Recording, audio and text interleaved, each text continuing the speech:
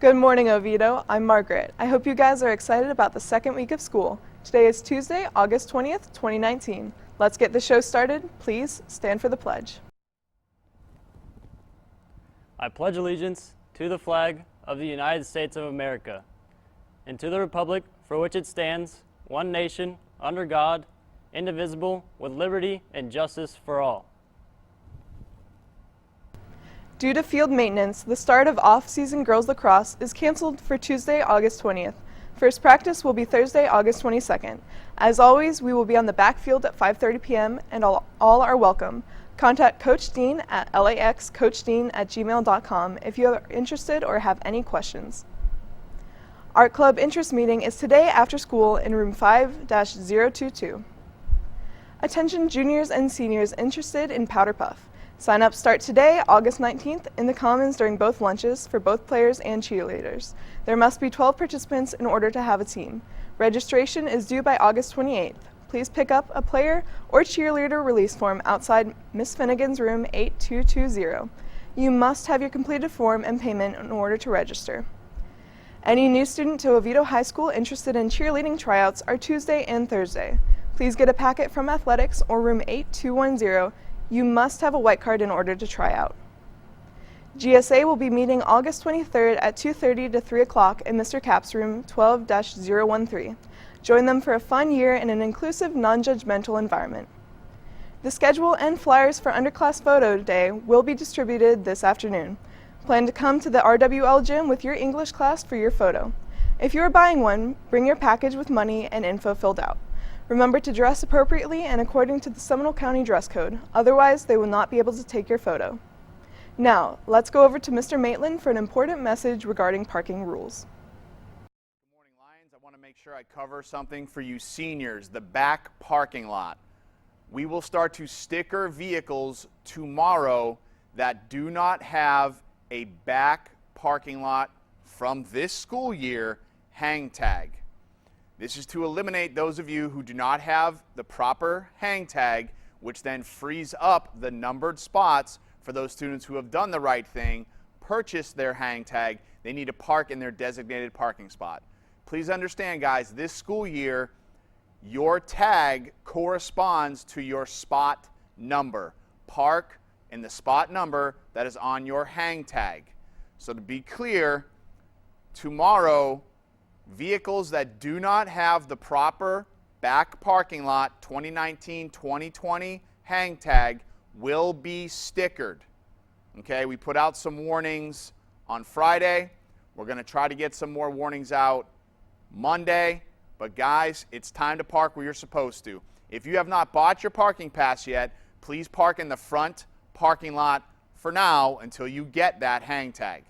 Okay, but ladies and gentlemen, we're going to move into that front parking lot next week. So you need to purchase your parking passes. If you're a senior, see Miss Coomer in the morning and Ms. G after school to purchase your senior backlot parking tag. Juniors, you need to see Ms. Blake. If you're a sophomore, you are not allowed to park on campus at all. See Ms. Blake for your options. Thank you. The Lion's Den Cafe is now open. Stop by the Media Center in the mornings before first period to start your day off right. There will be a wrestling meeting on Thursday after school in Coach Seminelli's room 8-026 concerning tryouts and preseason conditioning. Anyone interested in joining the team, please attend this meeting. If you were on the team last year, you need to attend as well. The boys and girls bowling teams are gearing up for another championship season and they want you to come out and join them. We are looking for anyone interested in joining our team. Limited or no experience is not an issue. The first French Club and French Honor Society meetings of the year will be held on Tuesday, August 27th at 2:30 in Miss Huffman's room 13-008. French Club will be first, where we will discuss meeting days and times as well as t-shirts and what activities we would like to do this year. Immediately following will be a French Honor Society meeting for returning members only. We will be discussing this year and what we would like to accomplish. All are welcome to the French Club meeting. The Dungeons & Dragons Club is having a brief meeting after school for Dungeon Masters only on Thursday the 22nd in Mr. Cap's room 12-013. This is for potential Dungeon Masters only. Players, we will have a meeting soon. Attention former and current Italian students. There will be an Italian Club interest meeting Tuesday, August 27th from 2:30 to 3:15 in Ms. Vitale's room 13-017. Food may be served. Come and find out. Key Club officers, please meet in Ms. House's classroom Thursday after school. Thanks for watching, Oviedo. Stay tuned after the show for a special segment brought to you by SCPS regarding the Heimlich maneuver. Have a good day and go Lions. Tim? Tim! Oh no, he's choking on food. Hi everyone, and you guessed it, in today's video we're talking about choking. Now, back in the day, we used to separate choking between a partial and a complete airway obstruction. Today, the focus is more on, is this a mild or a severe airway obstruction? Now, with a mild airway obstruction, the patient is still able to maintain their own airway. And that's what we're really looking for. Is the patient able to take air in and out of the body? They may have something in the back of the throat, they may be choking, but they're able to exchange gas. They can take air in and out of the body. If that's the case, stay with the patient, encourage them to cough it up.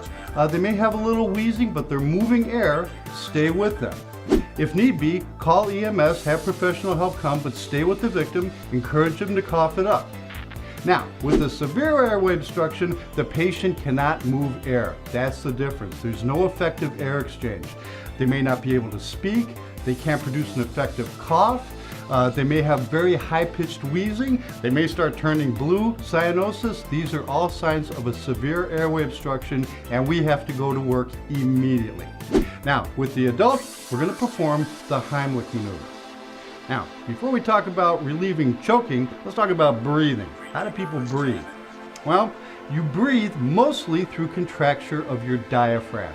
Diaphragm is a muscle, separates the chest from the abdomen, and here's what happens. The diaphragm contracts and drops down.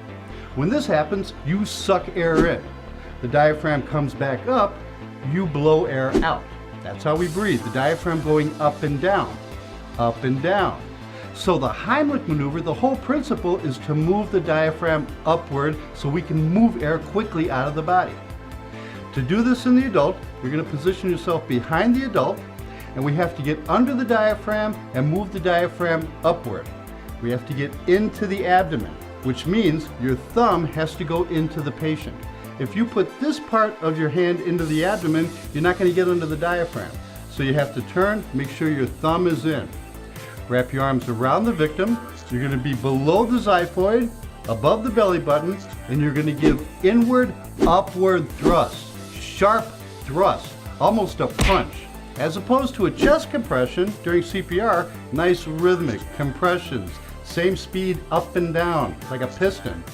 Not so with the Heimlich maneuver. This is a punch, inward, upward, sharply. And you're going to continue those until either the obstruction comes up or the patient becomes unconscious. Now, if they become unconscious, do the best you can without clocking their head on the floor. What you can't do is this.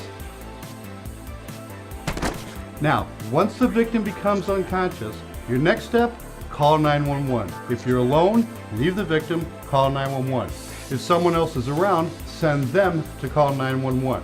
And we're going to start CPR immediately. Begin with chest compressions, standard CPR for the adult, 30 compressions, 2 ventilations. The difference in the choking victim, unconscious, is that before you provide those ventilations, you open the mouth and see if you can visualize the obstruction. If you see it, pull it out. If you don't, provide 2 breaths like you normally would in CPR and go back to chest compressions. So really, once they're unconscious, standard CPR with 1 additional step of looking into the airway before we provide ventilations. Now, let's talk about choking in the infant for a moment. Same thing applies. Is this a mild or a severe airway obstruction? Mild airway obstruction, the kid's choking, he's coughing, but he's moving air in and out of the body. Stay with the infant. Call 911 if you need to, stay with them and watch them to see if they develop a severe airway obstruction. In this case, the child can no longer effectively move air in and out of the body. They can't produce an effective cough, they may start to turn blue. We're going to go to work immediately. First step, take the baby by the jaw, lay him across your arm, and invert the child. Get head down. Get the head down so we're using gravity. You're going to perform 5 back blows. the palm of your hand right between the scapula and forcefully strike the child 5 times. Then sandwich them, bring the child back over, keeping the head down, and you're going to provide 5 chest thrusts. Again, center of the chest, and our compression depth, same as CPR, about 1/3 of the way through the chest. After that, bring the child up, look in the airway. If the object of the back blows and chest thrust was to move that obstruction from the throat into the mouth, take a peek in the mouth and see if you can visualize the obstruction. If you can, take your little finger and try to sweep that out of there. If you can't, cover the nose and the mouth, provide 2 ventilations, and continue. Back blows, chest thrusts, look, breathe. Now, the nice thing about kids is you can take them with you. So let's say you're down in the basement and the baby starts to choke. You can perform these maneuvers on your way outside to meet the ambulance. Now, what if the child's so big that you can't flip them over and do back blows? In that case, you're going to do the Heimlich just like an adult. You're going to get down on one knee, get behind the child, and perform the Heimlich maneuver just like an adult. So really, it's the size of the child.